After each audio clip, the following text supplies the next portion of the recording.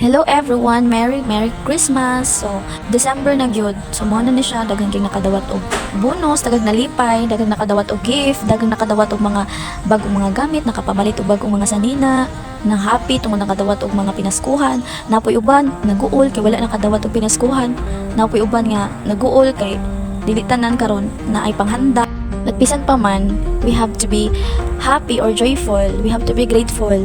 It's because daghan kay tag nadawat nga blessing gikan sa Ginoo, di lang materials kundi sa atong pamilya. We're safe, gi-protection nanta sa Ginoo, gi-protection nanta niya, gitagaan ta niya og nindot nga panglawas, healthy nga panglawas. So bisan pa man matakadawat og mga material blessing, magmalipayon gihapon ta. It's because nakita nato atong family nga malipayon, and makita nato sila nga kompleto ta.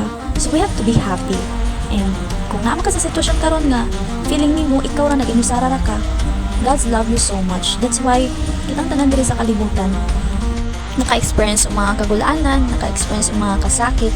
But if you trust God, if you only trust Him sa imong sitwasyon karon, and if you call Him na imo siyang gitawag, na imo siyang savior and helper, iya gid kang i-rescue. Do you know nga kitang tanan nga nagpuyo diri sa kalibutan wala tay paglaom? It's because we are sinners, makasasala tang tanan. Walay tao nga nagpuyo diri sa kalibutan nga walay sala. Kitang tanan makasasala, and because of that kinahanglan ta nga silutan dito sa impyerno. But God loves us so much. Dili siya gusto nga ma-impyerno ta. Dili siya gusto nga silutan ta. That's why nag-celebrate ta karon og Christmas. We celebrate Christmas because our Savior was born, and that is Jesus. Nagpakatao siya sa kalibutan aron magpakamatay. The reason nganong nag-celebrate ta because our Savior was born. Dili ta nag-celebrate tungod kay naay ta mga gift na mga nadawat. But the true meaning ani nga season is that kitang tanan silutanan ta, kitang tanan ma-impyerno ta tungod sa atong sala. But si Jesus Christ nagpakamatay siya sa krus, nagpakatao siya aron mis nga ikaw ang silutan.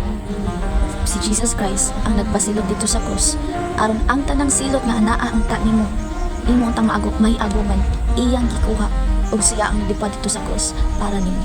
That's why we celebrate Christmas today. Not because not a gift na madawat.